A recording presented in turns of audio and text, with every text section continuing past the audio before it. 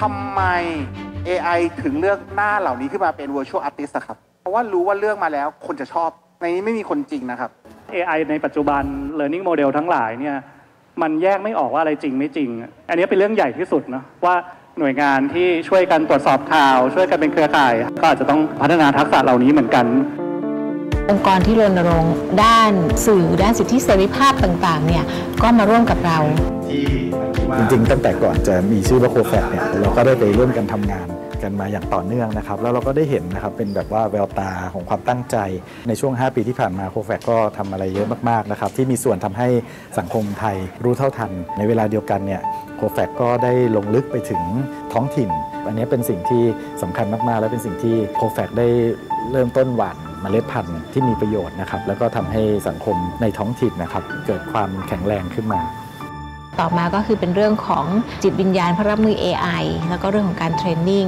เพื่อที่จะรับมือกับการเปลี่ยนแปลงอย่างลึกซึ้งแล้วก็จะได้ไม่ถูกหลอกจะได้ไม่ถูกทำให้เสียใจเสียความรู้สึกกับสิ่งที่เราเผชิญในโลกออนไลน์เป็นมิติของการตื่นรู้ผีมีจริงไหมรักแท้มีจริงหรือเปล่าหรือว่าปีชงเนี่ยมีจริงๆไหมจริงๆอ่ะในส่วนของพุทธศาสนาเองนะครับปีชงไม่มีแน่ๆมีแต่โพชฌงค์แปลว่าองค์แห่งการตรัสรู้ซึ่งก็ข้อต้นคือเริ่มด้วยเรื่องของสติก็จะเข้ากับเรื่องของโคแฟกหน่อยโคแฟกนี่เราเข้าไปสัมมนาแฟกเช็คกิ้งก็เรื่องของ AI กระแสข่าวที่มันทำให้คนเกลียดคนกลัวเราจะรู้เท่าทันเราจะตรวจสอบเกี่ยวกับภาพเกี่ยวกับข่าวเนี่ยเราจะหาข้อมูลยังไงนะครับโคแฟกก็มาเติมเต็มให้กับกลุ่มของเครือข่ายมุสลิมในฝั่งของโคแฟกเองเนี่ยครับมีต้นทุนในเรื่องของความรู้ในเรื่องของคอนเนคชันในสื่อการผลิตประเทศไทยเองเนี่ยครับคอนเนคชันอาจจะไม่กว้างขวางแต่ว่าเรื่องราวและคอนเนคชันในส่วนของนานาชาติเนี่ยครับเราก็สามารถที่จะเดินเข้าหากันแล้วก็สร้างสิ่งที่ดีร่วมกันไม่ว่าจะเป็นเรื่องของการให้ข้อมูลที่เป็นสาระประโยชน์เรื่องสื่อศึกษาก็จะสามารถผลักดันให้เข้าไปในระดับที่กว้างขึ้นเรื่อยๆ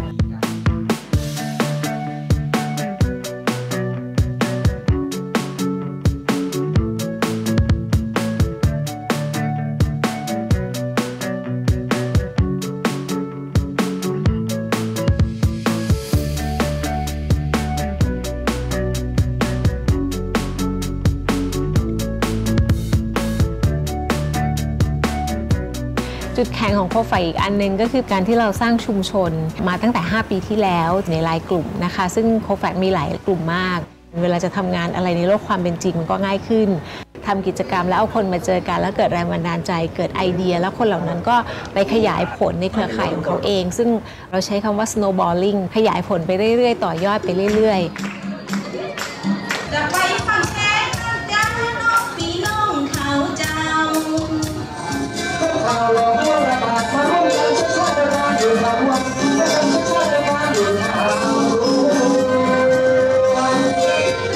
เช็คให้ชัวร์เช็คให้ชัวร์เช็คให้ชัวร์ที่โคแฟก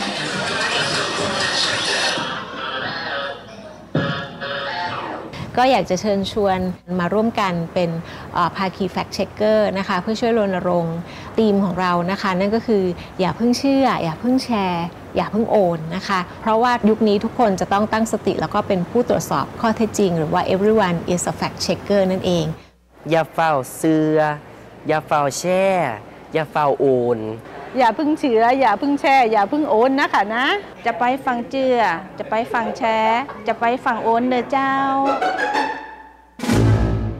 Thank you Thank you so much. You would be why don't share money because this last year, according to Who's Call, Thailand is #1 for being victims of the scammer. So that's why we try to work very hard, but we still not good in terms of statistic. #1 in Asia for Thailand for the victim of scammer. Hopefully, this year will be better. So for against deepfake and deepfake, which I will explain later. But thank you for allowing me to present the work of CoFact Thailand, which inspired by you, CoFact Taiwan. Thank you very much. Thank you. Okay. Next we will have. Okay. Let's welcome Chihao from IRG. Hi everyone. So I made my slides in Mandarin, and then I'll be talking in English, so it'll be a challenge for me as well. Hi, I'm Zhihao from IORG. My journey in GovZero began in 2014. Right now I'm working at IORG, which is a research and education organization in Taiwan, looking at Taiwan's information environment. We do a lot of different things. So we do data-driven research, looking at misinformation, how it's created and how it's spreading in Taiwan and also in other Mandarin communities. But we're also working with academics in different disciplines like neuroscience and political science to conduct different kinds of research to deepen our understanding about the problem of misinformation or information manipulation. We have partners in Japan and Korea as well, working in both research and education. So next slide, please. Oh, thank you. Okay, let's try.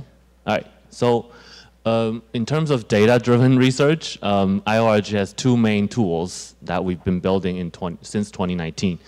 Number one is on the left is the Information Environment Archive. It's an archive of Mandarin information from all the public sources, including news media, social media, and now video platforms like YouTube and TikTok and Douyin inside the PRC, China.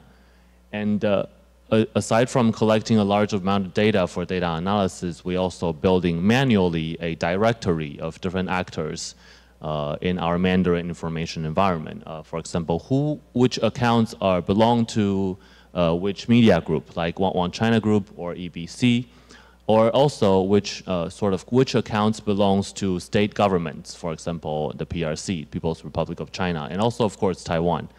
And which social media accounts belongs to which political party. This allows us to have a better understanding of who are the main actors in our information environment, trying to formulate and sway public opinions, and that will affect people's voting behavior, and that would ultimately affect our democracy. Hey, next. Okay. Not sure. Hey, oh, right. So our data set allows us to do a lot of different things. For example, we've all heard of the election fraud rumor after our election in January, right? So our data set can let us know who are the most influential accounts when in spreading election fraud rumors, 做票. And we can also identify suspicious accounts on TikTok, say being created 2 weeks before the election that is spreading election fraud rumors. We can also look at how the Chinese actors on Douyin, quoting Taiwanese TV commentators, try to formulate or trying to form this alternative image of Taiwan in Chinese social media. We've collected a lot of videos from Douyin, the domestic version of TikTok inside the PRC, and we use facial recognition to identify, I think, 40 most quoted Taiwanese TV commentators spreading on Douyin by PRC state media accounts. And we've done sort of a monthly top 10 chart to let us know what the PRC have been doing in portraying Taiwan in their own media environment. Okay, next. Sorry, maybe you should just, can you? Yeah. And we can also look at cross-platform dissemination. For example, Taiwanese TV programs being used by Chinese state media and also spread to TikTok as well, looking at the sort of influence of Chinese narratives on TikTok, an international platform. Next slide, please. Right, so for example, this account, 2TX, it's spreading the same content when compared to PRC state media, but actually poses as anonymous account on TikTok, the international platform that everyone uses. And it's amplifying the effect of PRC propaganda by at least 1.8 times when compared to its original engagement on Douyin. Okay, next slide, please. We think that using data, here there's a lot of data scientists, data engineers here. We think using data allows us to have a deeper understanding of what's going on in our information environment. For example, we all know that our society is right now divided and polarized, and we all know that the media environment is at least partially causing that. But how much divided are we, or in what topics are we more divided than others? For example, this chart on the right shows YouTube news channels in terms of their coverage on the new phone released by Huawei a couple of months ago. And then you can see a clear division between which media groups portrays this event as a positive event or a negative event. These kind of data sets allows us to look into the information environment, look for vulnerabilities or points of division in our society. And coupling data-driven analysis with national polling, let's say, allows us to look at for example, which party's supporter watches which media, and which media is spreading which narratives, and linking that together gives us a more holistic view of our society. And right now, at least our data shows that the worldviews presented on YouTube is really conflicting with each other. This might prevent us from understanding each other and preventing us from having constructive dialogue with the people who are, not necessarily agrees with us politically. Next slide, please. Right. So this is a GovZero summit. So I think I shared this belief with my colleagues as well. Building a Taiwan model that is diverse, open, and based on community efforts such as COFAC Thailand and COFAX and many other people who are sitting in the audience right now, we have to find the facts first. We have to find the facts. We have to link different disciplines together. Like I said, political science, sociology, computer science, neuroscience, psychology. Together, we find more facts about what is happening to our information environment, what is happening to our democracy, and using technology for good as well. I think you all know better than I do what kind of good things can technology do. And using these tools, using these technologies in making our democracies more resilient, like our keynote speaker previously mentioned, building that thick layer of networking, of trust is, I think, ultimately what we're all here for. So I'll just stop here. Thank you. Thank you. Hiya! Let's welcome Feeling from COFAT. Yes, I should be like a best master of time controlling, so I would keep my talk brief. First, I would like to talk about date back to 2016. COFAT first has our first pitch in GovZero community, in GovZero hackathon in this place is Academia Sinica. During that time, for this around 8 years, 8 years.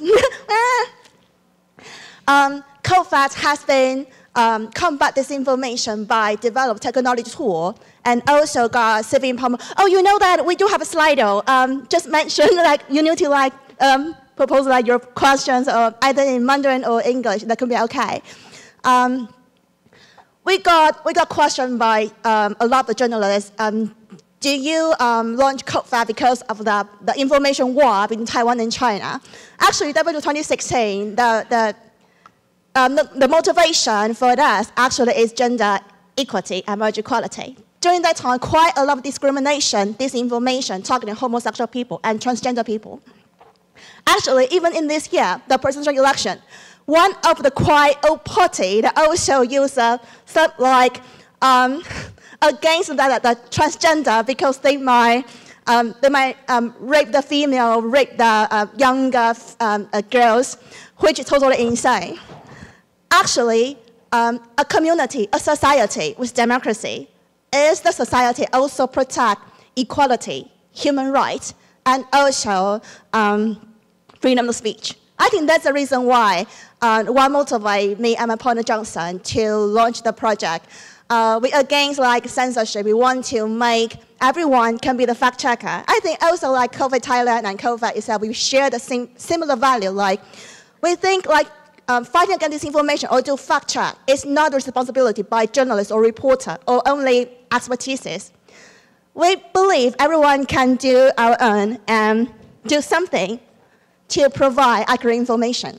So for example, they say that People Lab got launched in Taiwan because genetically they say Taiwanese people do have a genetically similarity with Chinese DNA. So that's the reason why USA would like to develop the biological weapon, also nuclear weapon in Taiwan, which is totally nonsense. What do? We provide open source technology, source code, and also data to all the people, and also provide innovation to provide democratic resilience, and also free openness and also transparency is what we could do to provide our tool and effort to the public. We also share the graphic. So that means like if you are journalists or think tanks or researchers or students, that you can use our open data, you can download those under CSV file type and to see, for example, right before election, there's around 40% increasing around disinformation. Actually, that by 2016, that's a time quite a lot of disinformation talking to homosexual people. And even in 2018, we do have the referendum, and during the local election, you can see those kind of disinformation also targeting those gender minority. This is quite easy. You can forward this information to the chatbot. You might receive the fact-check report from the fact-check chatbot. Behind the chatbot, we do have a quite large fact-checkers community, over 2,400 individuals inside the community. Also, we do have around 10 really active fact-checkers. And some of them also participate this Gamma Zero Summit in another session. They enjoy all the sessions really much. We provide open analytics. That's how we share, show everyone the awareness and what we can observe, what we can achieve. Also share those data to the public.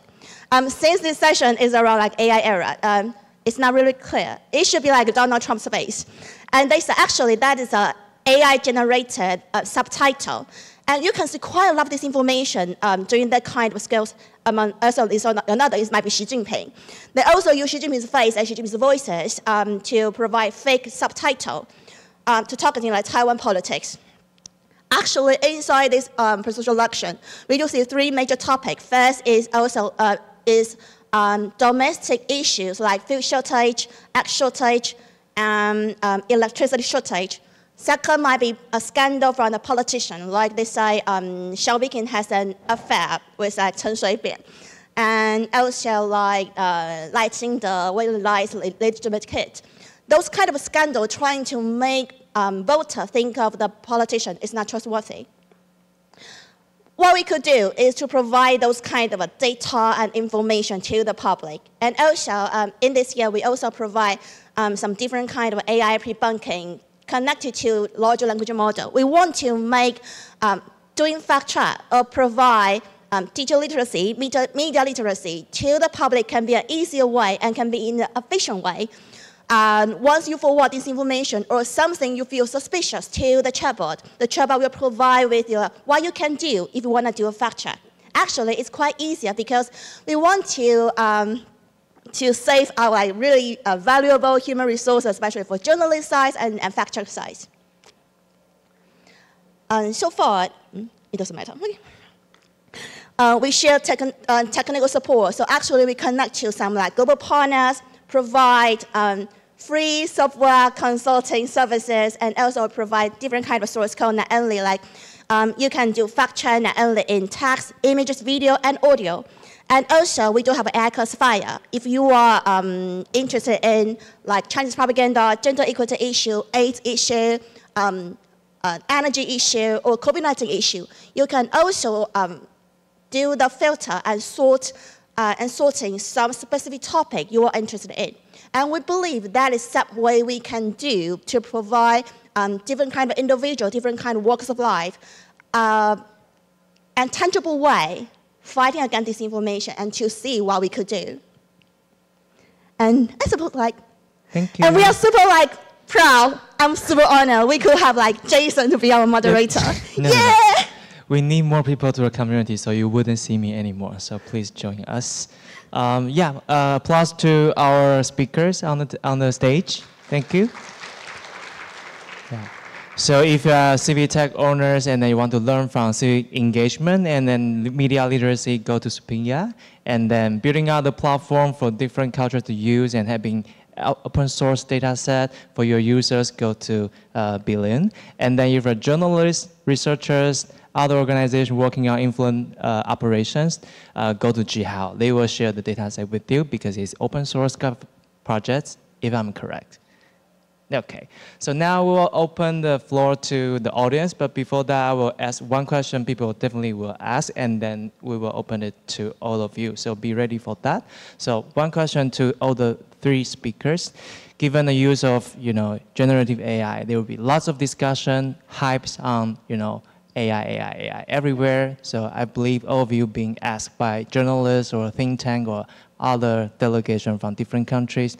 What is your real thoughts about the discussion on generative AI and then the use of AI on disinformation right now in Taiwan or globally from your experience? And then what is the real impact you have seen from your project, the use of generative AI on disinformation topic? Feel free to start. Let's just stop to generative AI as a buzzword since last year. I mean, a lot of the conferences that put AI as a buzzword to attract people, also attract some, I won't say grant, sponsor. I think that happens, but just putting tangible, what we're trying to conquer might be the trust issue. If you don't trust the AI, actually AI won't be a malicious one you need to conquer with. And recently, you can see why AI use a fake account, fake face, or why they use those kind of celebrity politicians' face and voices, because you do have your trust to those politicians. If you understand that the content is fake and is fabricated, you will not have you don't have any kind of reason to trust those kind of content. So I think that's the reason why openness and transparency becomes super important, because if you understand all the resources, all the information is reachable for you, you won't get deceived by those kind of fake content or so-called generative AI. And I believe Supinya will have her talk around cheap fake and deepfake. Thank you, Billion. Please show the infographic. Yes, recently in Thailand, I think similar to other countries, that AI, generative AI became a buzzword and people start to be excited about it. Either okay, both ways. There's a debate from the people who believe in the opportunities of using AI, and people maybe who's skeptical about the consequences. Of course, there are always discussion about that. But for COFAC, we focus on information disorder and media and digital literacy. Of course, as you know, that of course we realize that there is no way back to the world without internet and social media. We have to keep forward, but in order to balance between digital transformation and digital well-being, digital citizenship, digital resilience, whatever you would say. So that would be a part of work that we try to empower, because what we concern most about, as I told you last year, Thailand, according to Who's Call, the application that we use to screen the scams, they say that Thailand become #1 in Asia, being deceived by the scammers, and those actually we call it cheap fake. They just receive SMS and they believe and they click link, and suddenly they lost something like personal data or money, or they receive a phone call, someone saying that we are calling from NBTC. NBTC is a government organization, saying that you're doing something wrong, you have to pay fine, this and that, and people believe and people transfer money. So you would, sometimes you would not believe that why it happened, but it happened. So that's the cheap fake. But if it transforming to deep fake, I think that we be even more worried. But what to do? Should we need regulation? I think that's still, people still debating about should we regulate AI. But for us, now we focus on strengthening citizens as an individual so they can protect themselves and protect community. And we pay attention more in rebuilding communities because we realize that why people believe in such thing and they decided quickly to transfer money because they are on your own. They spend a lot of private time with telephone without talking and consulting to even family or friends. Okay. So I think we have to rebuild those kind of family, community sense of family support. It means when you receive something before you transfer money, at least if you talk to your family members or your close friend in the community, I think you change your mind. But within like 5 minutes or 10 minutes, people made the decision on their own with their mobile phone. Of course, I think we have to we cannot stop, take mobile phone back from people, of course, but how to link them with community support. That's why we focus a lot more work on rebuilding community engagement. So that could be empowering digital literacy from individual to community. To counter or to be ready with generative AI information disorder. Yes, thank you. These are very well made flyers for the topic and easy for people to understand. Yes, this is a summary wrap up of our conference in April 2nd. You know that April 2nd is the International Fact-Checking Day. So we also celebrated International Fact-Checking Day in Thailand, April 2nd. And yesterday is World Press Freedom Day. So yes, and our theme at the time is sheep fake and deep fake using technology such as AI, how we are ready with it. So this is a summary of the situation and the solution. So finally, I think similar to idea of what you are gathering here, empowering civic tech for civic engagement. We believe in that. So we would like to build more civic consciousness. Or someone saying have digital hygiene, digital well-being, so that other buzzwords as well in a positive way to counter with the buzzword of negative way. So yes, that's a wrap up of our I like talk. the style very much. Very different from LRG. Do you want to share your thoughts on? Well, to us, we are data first organization. So generative AI definitely impacts us. So it impacts us in 3 ways: the quantity of content, the diversity of content, and the authenticity of content. You don't need to show my slides. So because we collect a lot of publicly available data, so generative AI does cause an increase of productivity in terms of content production, generally speaking, no matter if you're a good or a bad actor. So it just impacts our computational and storage capacity in terms of how much data can we store, right? And especially for videos. Now these video generative technologies are being more popularized especially by TikTok. It causes it makes our work more difficult. Diversity-wise, because generative AI can be used to diversify or to change content to create different versions very quickly and easily. It also impacts our capacity in terms of detecting the spread of misinformation. In terms of authenticity, I think the best known case is deepfake, facial and audio generation. And in this is not really the space for, I mean, maybe not to say this, but this is really the space for technologists to develop good technologies to detect these forged or fabricated content. But at the end of the day, I think there's AI experts sitting in the audience right now, community-driven AI governance, how we treat, how we use, and how we govern these technologies by communities, by democratic processes is sort of the ultimate end goal here. Thank you. Thank you for sharing. I think we have covered some of the questions on Slack, on Slido about AI, but if you have further questions, you can just feel free to raise your hand or put it on Slido. Let's go back to Slido. We have some very excellent questions here. I think the first question goes to CoFacts, asking about how do you cope with, managing an open community. There be such challenges like if malign actors trying to get into the community and have some serious influence on the result of fact-checking or the community itself? How do you deal with that? Are there any cases? Do you have any community policy or guideline on this? Yeah, I hope I'm doing okay. 发生进行中 It's happening. For those what we call like CIB, they do have like coherent like those kind of malicious behavior. Our engineer, we also browse and to examine the website every day. 我们每天都会检查那个网站啊。如果看到这种协同行为，或者是其实是假的 spy。假的讯息，假装是 fact checker. They pretend they are the real fact checker. However, they just provide malicious information or false information. Since we do have provide feedback, that means you can give all the content upvote and downvote.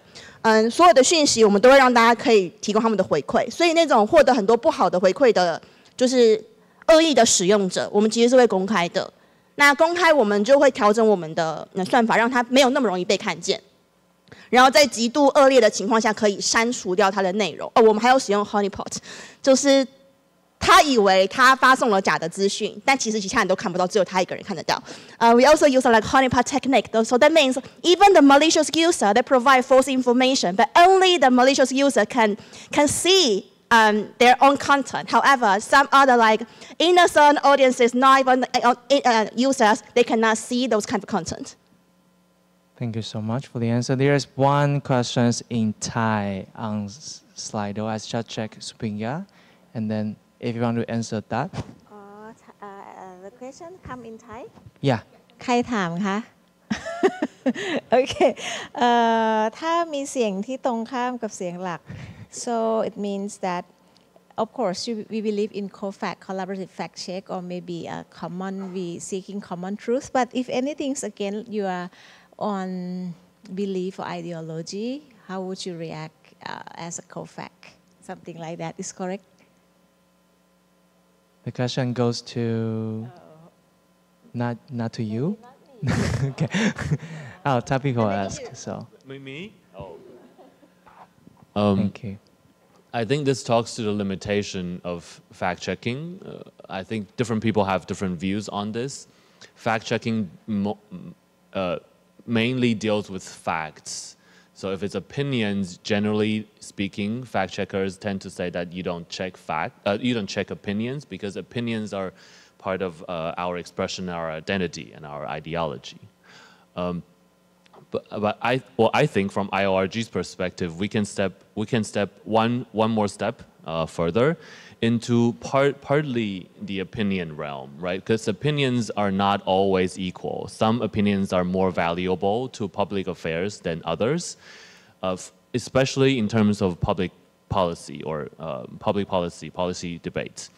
The most important thing is that your opinion has to be based on sound logic, correct evidence, and enough evidence. So those are important attributes when we evaluate opinions, at least at IORG, and I hope for others as well. Maybe that's my response to that.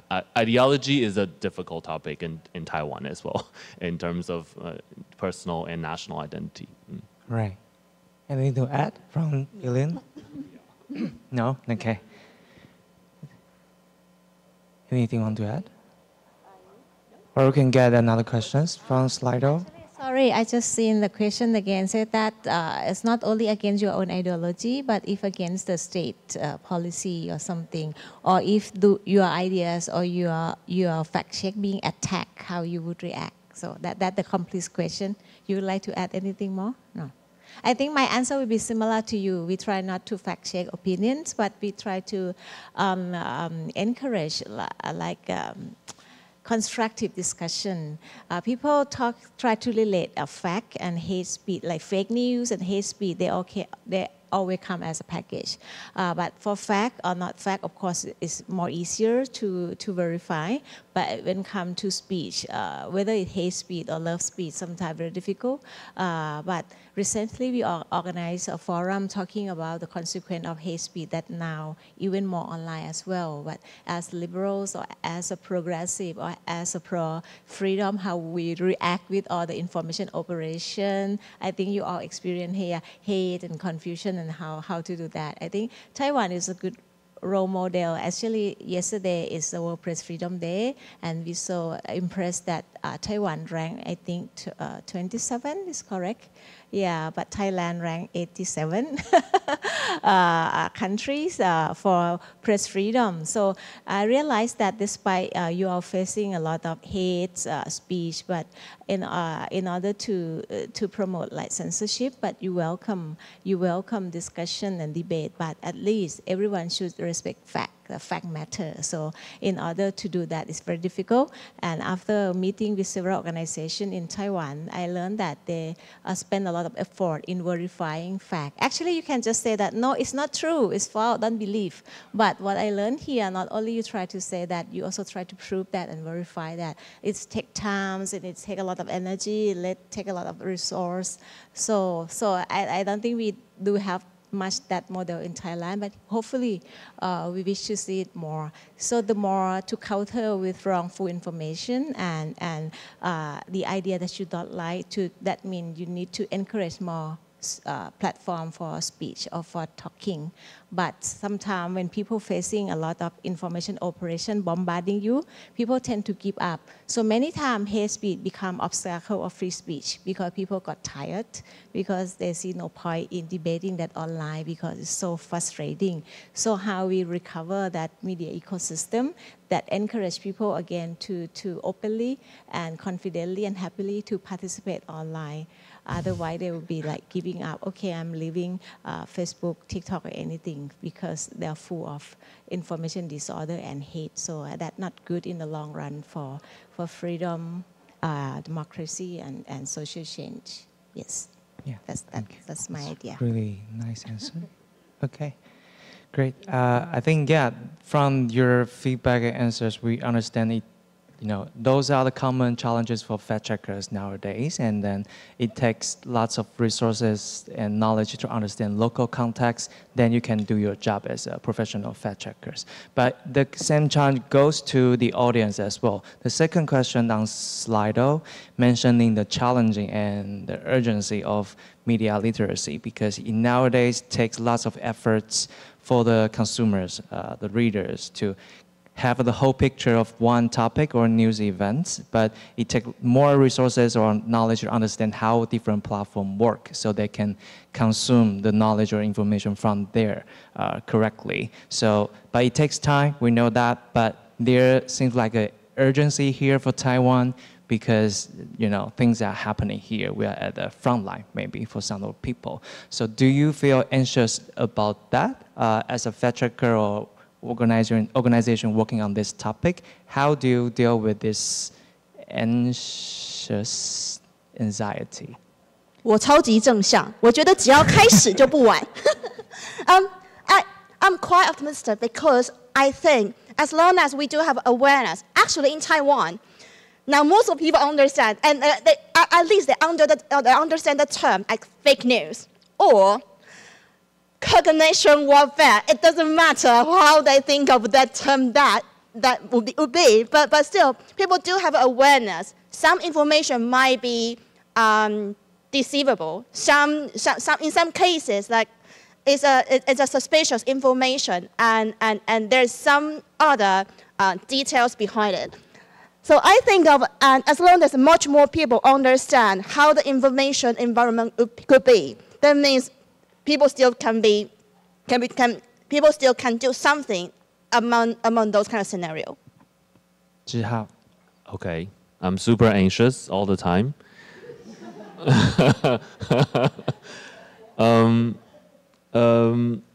I agree, because when let's say when our partners go to different communities in different schools and working with the teachers, talking to the students, it's a very complicated situation. Everyone has different views, everyone has different capacities, everyone has different priorities. So it is really a communal task. It's not just up to a couple of organizations. It's up to a lot of different people, individual efforts, community efforts. I remember when I first came back to Taiwan in 2015, we were really anxious about the low level of participation from the civil society into politics. So my job at the time is to increase participation no matter what. We need more people in the field of politics, of public affairs. But soon we discovered that not only we want more people in the field of participation, we want informed participation. We not only want participation, we want informed participation. So this is like the next level of difficulty in terms of getting into a better democracy. So of course it's anxious all the time because democracy is unpredictable because it's everyone making decisions. You don't really know who's going to show up this time, like Jason said. So it is, of course, anxious, and I think we all need to like deal with that and have fun most of the time. Have fun. I hope. Try hard. Okay. Yeah, I think the anxiety is the daily life of all the journalists. So, and that drives us as journalists to write better articles or news products, or you can publish a book on this, right? So I think if you feel the same way, just join the community. We have monthly, bi-weekly, or anything on Slack happen. Yeah, let's deal with the anxiety together. Okay, let's get next questions. I think that question goes to COFAT. It's quite common as well, another common question to all the fact checkers. I hear these questions in Indonesia, in the Philippines, in all the countries that fact checkers has been labeled or hashtag with some certain political parties or colors or any ideologies. Does that happen to COFAT? How do you deal with that? I think this question goes to both COFATs in Thailand and Taiwan as well. For the AI technique, actually that's the same thing. We don't rely on AI itself. Actually, we believe that fact checker and journalists, they need to do collaboration with AI. Like what AI did of the better job than human being might be like AI classification and predict to imitate and how people will do. So actually how AI works, they need a lot of data. And if that is the data and also it conducted by human being, that means it might have bias. So actually we still think of like human being is the most important part of fighting against disinformation and to improve that fact-checking skills. Skills is the expertise and some skill that only belongs to human being. And how AI could do is to provide that enough training, data, and train chatbot. So actually, sometimes we call fact-checker much more like fact-checking chatbot trainer because they need a lot of the data to not only tag, but also provide information. And it's just like how you to use your like Google Assistant or Siri to wake you up at around 7 o'clock because there's someone doing the programming behind all the software part. It's nothing like we just press a button on AI, then everything works. So still, they still need a lot of that programming and also the human being. And actually, democracy is not easy, and it's not that easy to achieve. It takes time. Talk takes time. Physical talk and break on echo chamber. We cannot just build it like we have an AI chatbot and just use it and we can conquer all those kind of situations. Actually, we just provide a tool to make a communication to someone who we cannot reach. However, the real affairs might be like training, like education, like talk, and especially continuously talk to your family, to elders, to someone who you don't really talk that much. And actually, that's the most important part with democracy and also communication. No? Yeah, so being open so everyone can be involved in the community. So if you have questions like what's your color, what's your party, then you get your own answer from the involvement or engagement from the community itself. Question goes to COFAS Talent as well. are you having discussion, like, are you having, questioned by other users? Are you with political parties? What's your ideologies? And the other question also goes to COFET's talent, like what happened during the election time? Any attack on COFET's talents? Of course, everyone, of course, have a political reference. If some observe, they might see that who are we leaning with. But of course, according to our work, even though we are a civic community, we are not like traditional or professional media, but we also be aware and conscious about fact-checking political disinformation as much as we could, because we, of course, we don't want to be observed or like an attack. It would be waste a lot of time and energy. So last year we had some elections, and we did the political disinformation series. Of course, it's not that easy, and we could not cover every stories. We tried to be balanced as much as we could and to be impartial. So we have tried to give fairness, even though sometimes I argue that fair that may not work, because Thai politics has gone through trauma and polarization and military control for a long time. So of course, people tend to be sympathetic to the opposition party. But somehow, when we become a fact-checking agency, we try to balance. Even though, in terms of fairness, actually we should give more support to this opposition party, because they're facing a lot of disinformation and propaganda and I/O more than. But of course, in order to convince all the public in our work to keep trust. So we try to balance as much as we could, and we also give opportunity for the government party as well to verify the fact if they're facing some sort of disinformation. It's not that easy, but we try to based on accuracy and fairness as much as we could to all the contexts that we involve. Yes. And another second question, what is it? The attack during the election time?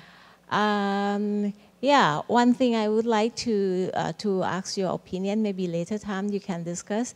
You know that every time when this year a lot of elections around the world, and many progressive parties, and they suffer from disinformation against the campaign, right?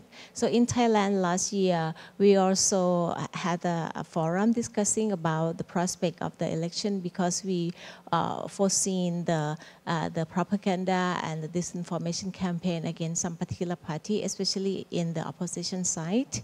And one of the party represent young generation and progressive voice. They're facing a lot of attack and disinformation online. And people worried that they will somehow affect from this, because it will bring to misinformed choice to the public. But it turned out, the election turned out, that's the party that represents progressive voices facing a lot of disinformation. They won the election significantly. That surprised us and surprised me as well. But despite facing a lot of propaganda, but why they won? So it's still a lot of discussion. Why is that? Maybe you can help. Analyze this. Yesterday we met with one expert. He said that you have to meet like criteria. Of course, people try to spread disinformation, but you have to meet criteria, and then this information will be effective. But if not meeting criteria, I didn't have time to learn more about that criteria, but it's interesting to study more that how disinformation become effective, because the case of Thai politics, a Thai election, it happened otherwise. But of course, believe it or not, Thailand is Thailand. Despite those Move Forward Party won an election significantly and landslidely, but they could not form the government.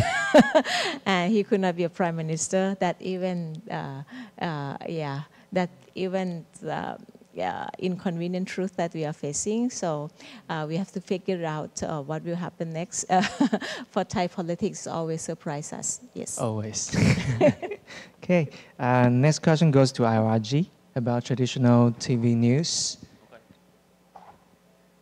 Right. I'm reading the news questions. Yes. So according to our survey, TV is still the biggest platform collectively from which Taiwanese people get current information and make political decisions. And YouTube is the next biggest one right now. But essentially, all the traditional TV producers, TV channels, stations, they have channels on YouTube as well. So a lot of data collection can be done via YouTube. Before, well, it's a project initiated by Ronnie, one of the GovZero. It's called TV Logger. He built a website to log. At the time, the TV stations all have live streaming news of their 24-hour news on YouTube. So at the time, it was possible to log TV news via YouTube. So he built a website to log the news and to split the news segments and then to ask people to tag the segments about its title, about the speakers and stuff like that. We've done a collective project, I think back in 2019, try to look at election coverage on 5 major major TV channels. But that requires a lot of community effort to verify the data set. I also know that the NCC is Taiwan's National Communications Commission has a project monitoring TV news because they are the one who's enforcing TV-related regulations. But I would urge the NCC to share their data set about the playlist of these TV programs. At IORG, we use YouTube. So our data set not only includes the news, but also the TV commentating shows, the 政论节目. And those are big platforms for the spread of misinformation and information manipulation. And we have all the reports public on our website, so you can read them, including the top 10 TV commentators report. Yeah. Great, thank you. Next goes to COFATS. Any plan on Telegram chatbot? No. No. Okay. Because not that much elder to use Telegram. And if you're clever enough to use Telegram, just go Google yourself. Why we need to but we still provide the source code and GitHub with the open data and the data and database settings. So actually you can do that your own if you are connected to the API. I just missed the former question with a bipartisan one. Actually, none of the COVAX co-member from specific party, and also since the platform is quite open, that means that doesn't matter which party you are from. So actually, you can become one of fact checker, and also you can still receive feedback from other audiences. It doesn't matter if you are from the specific party or not. So for me, COVAX is still bipartisan. I don't see COVAX reaction because that is just a platform, and the reaction is coming from human beings, so I don't see that's really relevant to COVAX reaction to a specific party orientation. And how do we eliminate those kind of worries? We just provide, we show our weekly note and meeting note every week. We also open all the situation and process. So if you found that is some reaction to see maybe we support a specific party, you can just appeal that and you can report that to COFAX, and we will deal with that. Yeah. Okay. Next question for both COFAX. Running out of time, but this question is good. How do they leverage this platform for government issues or providing public service? I think in Thailand, the government is working with COFAX on certain issues. Maybe you can share on that, and also from COFAX Taiwan as well. Yes, we actually one of the COFAX founding members is Thai Health Promotion Foundation. It's part of the government agency, but it's independent administrator. So because you know that COFAX Thailand started in 2020, it's during pandemic time. So we started with countering disinformation issues. So that's why Thai Health Foundation contribute a lot in supporting our platform, our website, and most of our work supported by Thai Health Foundation. And then we also now we try to collaborate with some government agency in dealing with international relation. You know that sometimes disinformation could cause tension between Thailand borders, like Thai and Cambodia. Sometimes there's a misunderstanding. Sometimes there's a video clip, so we have to verify that. So we need to establish like a communication with the Ministry Foreign Affairs, so in order to get those information verified. So, but we try, of course, we try to be independent and have a distance from the government agency, of course. But if it's necessary in some area that we have to collaborate and work with them, we have to, especially on health-related issue and also international relation. Yes. Anything to add? I'm heard of the Ministry of Justice and Investigation Bureau. They use CodeFact to see if that is disinformation or not. And other cases, they provide some accurate information to the public. And before, like the Ministry of National Health. They also rely on these kind of chatbot and open source bots to provide accurate information to the audiences, because actually, even though the government provide accurate information, people just don't read it. People don't read the website because they are too formal and they are from the government. Actually, people don't show their trust to the government. And actually, they show their trust to non-government organizations. I think that's another thing why fighting against disinformation can be done by NGO rather than the government. Yeah, I think all the discussion today we have, it's the core is trust, right? How do you provide different kind of mechanism for your participant to engage with the community, and then how do you go out to talk to people?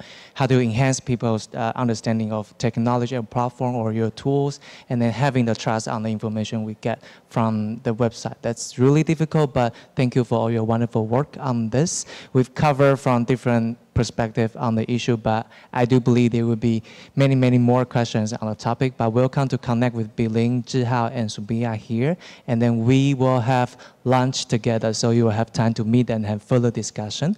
Thank you all, and thank you for your time being here. That's welcome our lunch.